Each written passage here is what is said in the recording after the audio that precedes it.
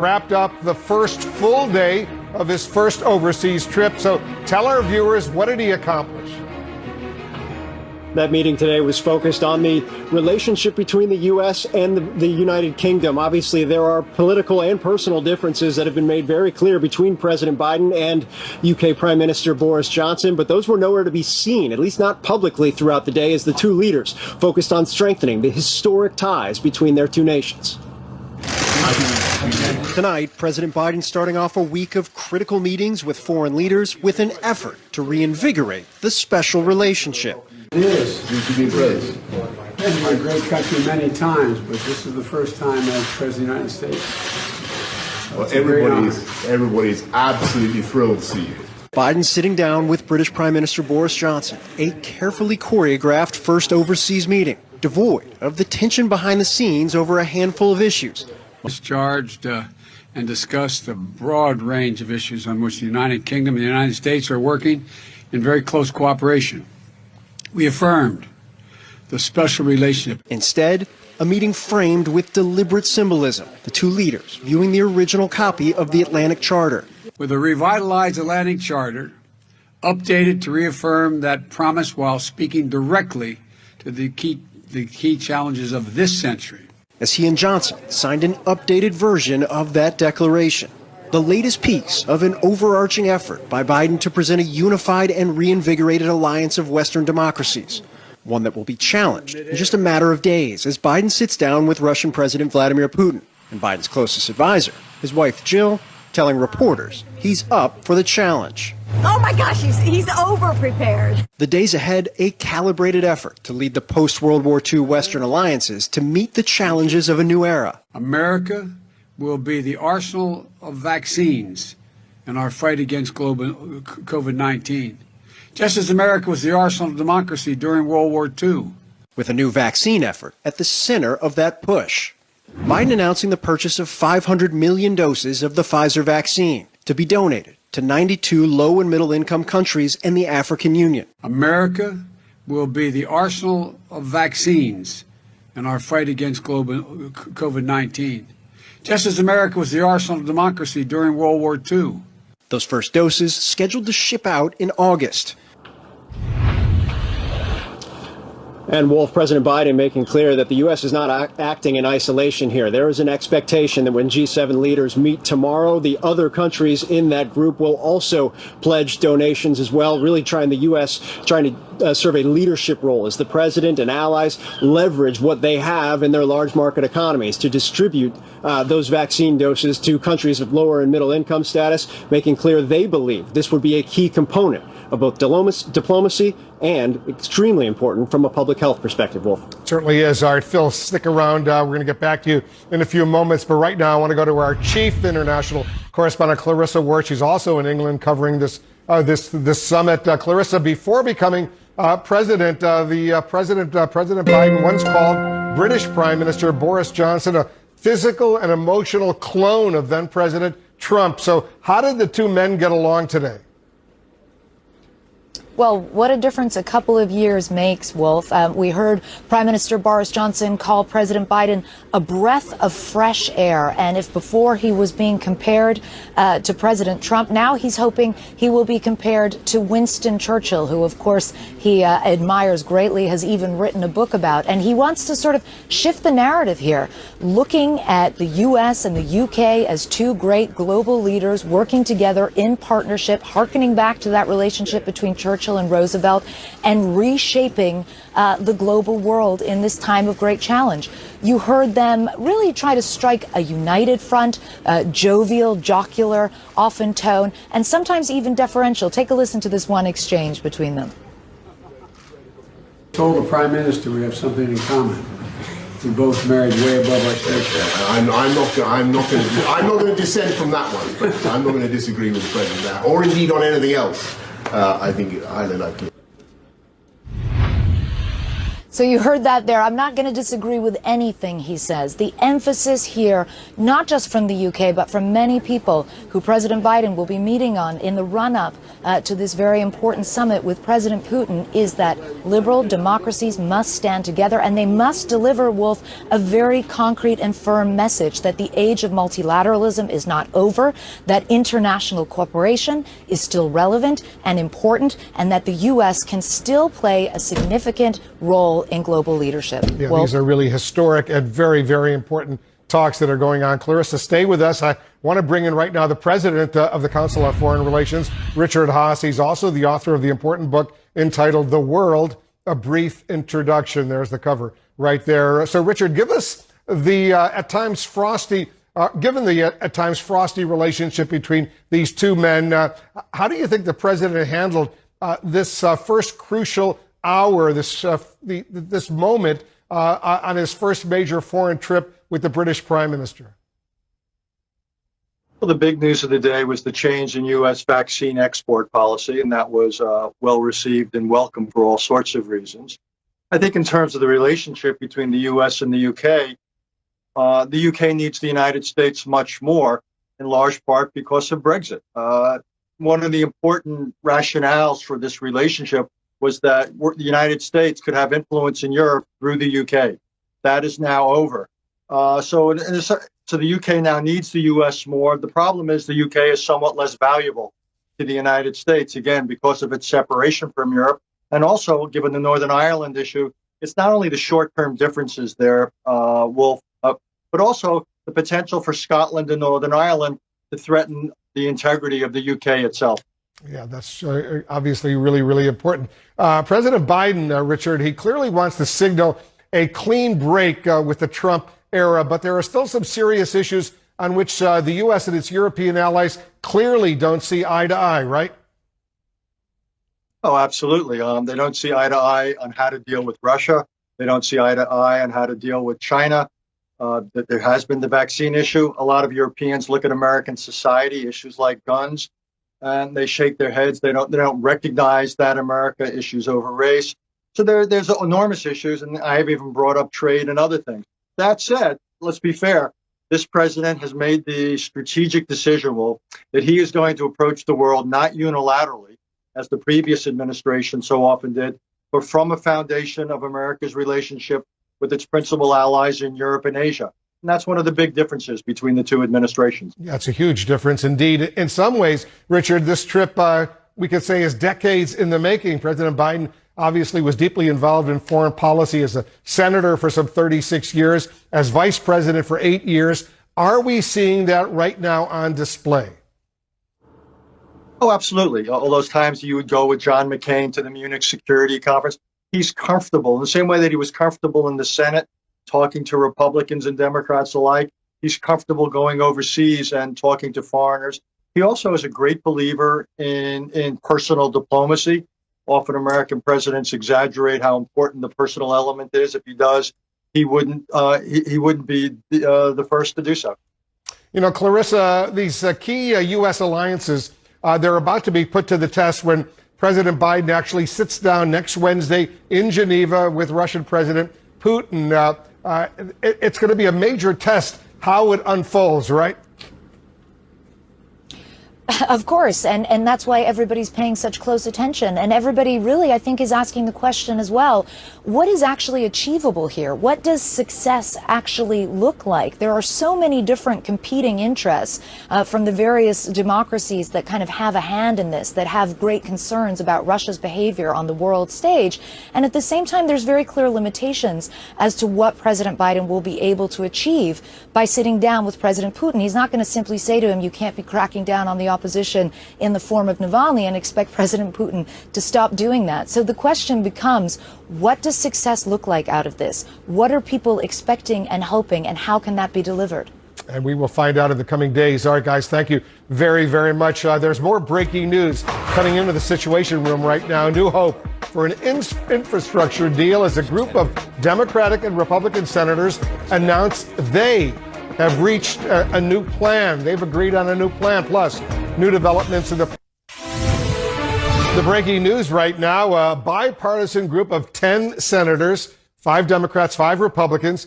They have just announced they've reached an agreement on an infrastructure spending plan days after White House talks with Senate Republicans broke down. Let's go to our congressional correspondent, Ryan Nobles. He's up on the Hill working the story for us. So, Ryan, tell us what's going on.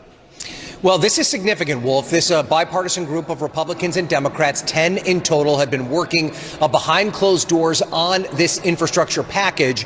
And they just announced in the last few minutes that they have struck a deal. And we are learning exactly how much money they plan to spend on infrastructure if they can get this proposal passed through the United States Senate and House. According to sources who are familiar with this deal, they're telling us that this deal is focused on core physical infrastructure.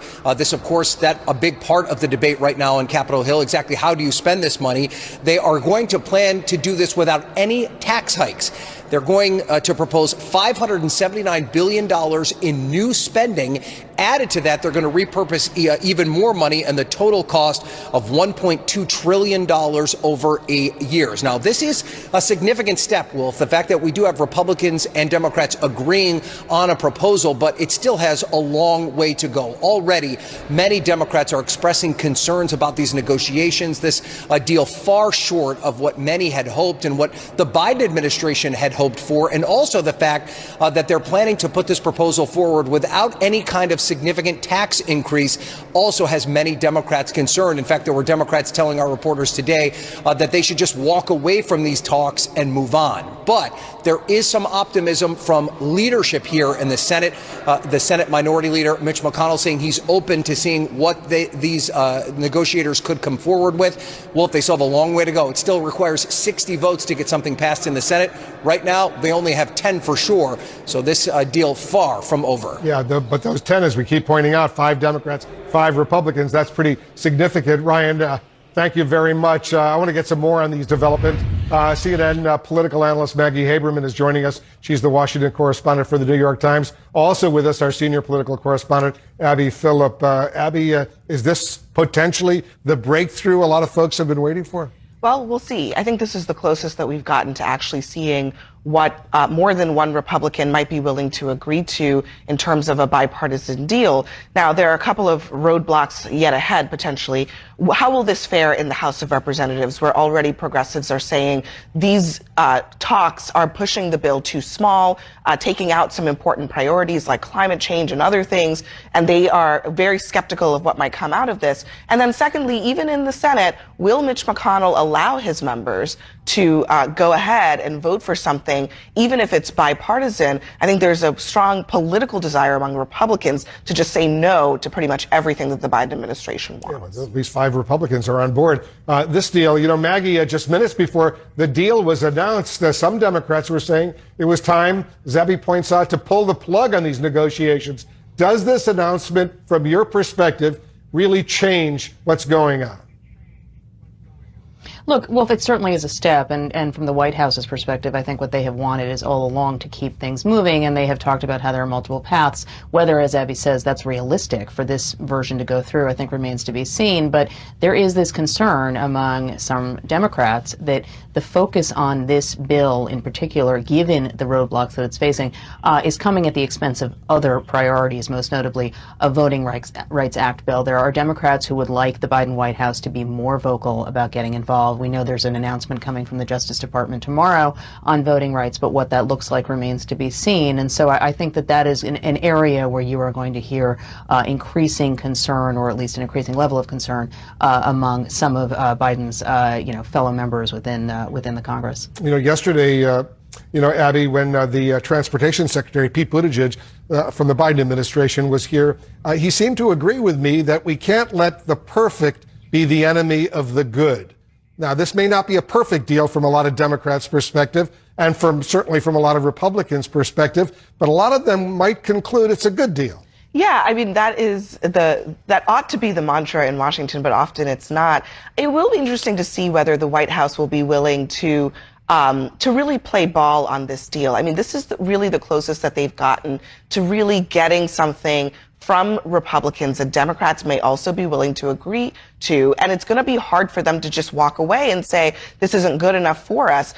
This number of new spending that Ryan just described, that's an important factor here. How much new spending is there? $578 billion, which is significantly more That's a lot of money. than the previous negotiations was going to be, but it's still less than Biden wanted. Still, it's somewhere in the middle, and I think that that's going to be important for this White House. I think it will be hard for them to just walk away from this, but this may not be the final version. I think we may have some more iterations of this to go before we may even get to a vote. It's still a negotiation. You know, obviously, Maggie, we're still in the process of what's going on. How much of this, from President Biden's perspective, is just about some optics, do you think, to simply be able to say he did everything he possibly could to get a bipartisan deal? He clearly, given his years in the Senate, would like a bipartisan deal. Yeah, no, I think that there is sincerity when Biden says that he would like a bipartisan deal. I think that has been his approach the whole time. I also think that there is concern about something that Abby addressed before, which is the question of whether Republicans are going to try to stymie any legislative priority that the president might have. And that's an understandable question, just given that there was certainly that level of opposition when Biden was vice president under President Obama, and now when President Biden is in the White House. But I think that they are prepared, or at least they're signaling they're prepared to potentially do this bill in other ways, such as reconciliation, such as breaking it up into two bills. I think, as Abby says, we are a ways away from what a final product could look like. But even this agreement from this group is something of progress, just given how little comity there has been between the two parties in Congress for a long time. Yeah, at least it's moving in the right direction. All right, guys, thank you very, very much. Coming up, will COVID-19... Tonight, FDA vaccine advisors have wrapped up a sometimes very contentious discussion about what it will take to greenlight COVID shots for children under 12. CNN national correspondent Erica Hill has our pandemic report. A focus on children as an FDA advisory panel decides what should be considered before authorizing the COVID vaccine for kids 11 and younger. What they are talking about today is the nitty-gritty, the logistics and practicalities of doing clinical trials in children as young as 5 or even as young as 6 months of age. Among the committee, some disagreement on the urgency for these trials as infection rates drop. The burden of disease is so small and the risks are just not clear. We don't know what's going to happen. I think that's precisely the reason why we want to have these in our arsenal. Moderna just filed for emergency use authorization of its vaccine for 12 to 17-year-olds. Pfizer's EUA was expanded for 12 to 15-year-olds late last month. About a quarter of that age group has now had at least one shot. If everybody else gets vaccinated, percentage-wise, children are going to be the most susceptible section of our population to get COVID. So we need to protect them first and foremost. More than half the residents in these 8 states are now fully vaccinated. Nationwide, it's just over 42%. We knew it was going to get harder as this effort went on. But one thing that we have learned more clearly than anything else is that this vaccination effort will move at the speed of trust. Trust with a dose of incentive. Mark, you won the $1 million. How you guys doing? It was pretty surreal, from the moment we looked out and we saw you on our doorstep. If cash isn't enough to encourage more Americans to roll up their sleeves, officials hope their warnings about the fast-spreading Delta variant may do the trick. This variant is even more transmissible than the UK variant, which was more transmissible than the version of the virus we were dealing with last year. And there's also some concern that it may be more dangerous as well. Good news for J&J's single-dose vaccine. The FDA just said it can be stored for 4.5 months. That's 6 weeks longer than previously allowed. The news comes days after Ohio warned some 200,000 J&J shots would soon expire. And Wolf, just one other note on that Johnson & Johnson vaccine. A member of J&J's board, former FDA Commissioner Dr. Mark McClellan, telling CNN earlier today that one of the reasons they just don't know how long this vaccine can be stored is because, frankly, everything's happened so quickly as part of this emergency. But he did say, Wolf, that those studies are ongoing. Erica Hill in New York for us. Thank you very much. Let's discuss all of this with a key member of the FDA's Vaccine Advisory Committee who was in today's meeting. Dr. Paul Offit is also the director of the Vaccine Education Center at Children's Hospital of Philadelphia. Dr. Offit, thanks so much for joining us. So take us inside the deliberations today. Are you confident that American children under the age of 12 will be able to get the COVID vaccine by the end of the year? I'm confident that there was unanimity among the advisors that it's important to have a vaccine for children. I'm confident that we all agreed that there are probably going to be differences in terms of how we view the 6 to 12-year-old versus the 2 to 6-year-old versus the 6-month to 2-year-old in terms of what we want from each of those categories in terms of whether we want it to be through an emergency use authorization or licensure, how many thousands of children need to be studied in each of those groups, how much work do we need to have in terms of dose ranging studies, et cetera. I'm not sure. I certainly think we would have a vaccine by early next year, and hopefully we'll have a vaccine for the 6 to 12-year-old by the end of the year. One expert in the meeting, Dr. Mark Sawyer, said we need the vaccines for kids, in his words, sooner rather than later. First of all, do you agree with that?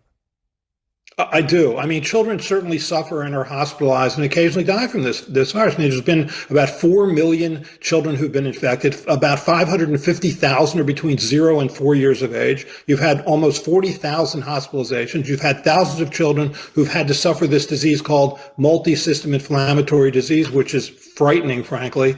And about 300 children have died. So this is a virus that can cause children to suffer, be hospitalized, and die. And for that reason, I think children do need to be protected. Now, if we're past the pandemic, if this is all behind us, then that's not going to be an issue. But we're not past the pandemic. I mean, the variants are still out there and becoming more contagious. I think when the winter comes, you're going to see this virus surge again. So we still need a vaccine. And frankly, as long as this virus still exists in the world, and it does, there's 195 countries out there, many of which have never given a single dose of vaccine. As long as this virus exists in this world, we're going to need to have a population that is highly immune. Yeah, I just checked before the show. With Johns Hopkins University, the 7-day average of deaths here in the United States, the last 7-day daily deaths, 410. The 7-day average of cases now 14,932. So there's still a lot of Americans suffering from this, even though we've made tremendous progress with these vaccines. Officials are sounding the alarm over the rise of the so-called Delta variant, which is apparently much more contagious. What does the U.S. need to do right now, Dr. Offit, to prepare for the possibility of this new variant actually becoming the dominant strain here in the U.S.? Right, so this is the third variant, right? The first virus that came into our country was a variant. Then came the so-called UK variant or the Alpha variant. Now we have this variant that was first detected in India, the so-called Delta variant. The virus keeps mutating so that it gets more contagious. As long as that's true, then you need to have a higher and higher percentage of the population that's immune. And when we're not there yet, I mean, you're seeing even in the summer, when this is basically a winter respiratory virus, you're still seeing tens of thousands of cases and still seeing hundreds of deaths. We need to get this population vaccinated as high as possible, as fast as possible, to stop the creation of these variants. We've made tremendous progress, but this battle is by no means yet over. Dr. Offit, thanks so much for joining us. Thank you. Just ahead, new information. Finally tonight, we're joined by one of the greatest college basketball coaches of all time, the legendary Mike Krzyzewski of Duke University. There you see him. He recently announced plans to retire after an epic 40-plus years of coaching and winning. Coach Krzyzewski, thanks so much for joining us. I'm a huge fan, as you know. Why did you decide now was the time to finally announce your retirement? Well, it's going to be 47 years at the end of this year. I'll be 75. My wife is 75. And it's time to enjoy our 10 grandchildren. And by the way, it's been a dream of mine to get into the darn situation room. I finally got, I'm proud of that. Well, we're thrilled that you're joining us here in the Situation Room because you're simply amazing. Let's talk a little bit about your fabulous career. Looking back, what do you consider to be the greatest moment of your coaching career? Well, it's representing the United States on the world stage. Again, not to put down our 5 national championships, but there's nothing like winning the Olympics or the World Championship and seeing our flag raised above the others and the national anthem being played and our guys with their hands over their hearts. You got to be kidding me. As a West Pointer, there could not be a finer moment than that. Yeah, it's an amazing moment indeed. And you were the head coach of the USA basketball team at the Olympics until 2016. College basketball. Let's talk a little bit about college basketball. I love basketball It's changed a lot since you started coaching, 47 years ago. Some people say it needs a radical overhaul right now, that it's time to start paying the players. What do you think? Well, it does need an overhaul. There's no question, and it's a result of not doing overhauls along the way. And now there's a major one. And with NIL coming into play, transfers and all that, it really needs really centralized leadership, because at the end of the day, men's college basketball it's $1 billion business, and it has to be run a little bit more like a business. You think it's going to change? Yeah, it has to. Hopefully we're going to get some help from Congress in the next couple of weeks to make sure that the name, image, and likeness will be the same around the country, because right now it's not. And this is a big summer for college sports, and especially for men's college basketball. It certainly is. And let me, while I have you, Coach, let me get your thoughts on the upcoming Tokyo Olympic Games. As we noted, you coached Team USA men's basketball until 2016. If you were still coaching now, would you think it's a good idea to travel to Tokyo for the Olympic Games during the middle of this pandemic? Well, I would really follow, like I always do, the advice of our medical people. If they said it was right, then I'd trust them. And we would not want to put any of the players in harm's way. So they'll do that in a very diligent way. And then I would follow the advice. As a leader, you want to pay attention to the smart people that you have around you. And certainly our medical people are some of the smartest in the world. So if they said go, you would go? Is that what I'm hearing? Yeah, absolutely. And I know Greg Popovich, a good friend, one of the great coaches of all time. He'll have our team ready, along with Jerry Colangelo, who's running the men's program right now. And you have one more year of coaching before you hang it up, right? So give us a sense. How's that going to be? Exciting. I'm happy. I got a great group of young men. Our freshmen are here in summer school. For me, I'm always, right now I'm 55 years older than the kids I coach. How many 74-year-old guys have an opportunity to be with young kids who are ambitious and striving to be their best? It's been a joy. It certainly has been, and it's been a joy watching you over these years as well. Thank you so much for all you have done. We'll stay in close touch. And tonight, FDA vaccine advisors have wrapped up a sometimes very contentious discussion about what it will take to greenlight COVID shots for children under 12. CNN national correspondent Erica Hill has our pandemic report.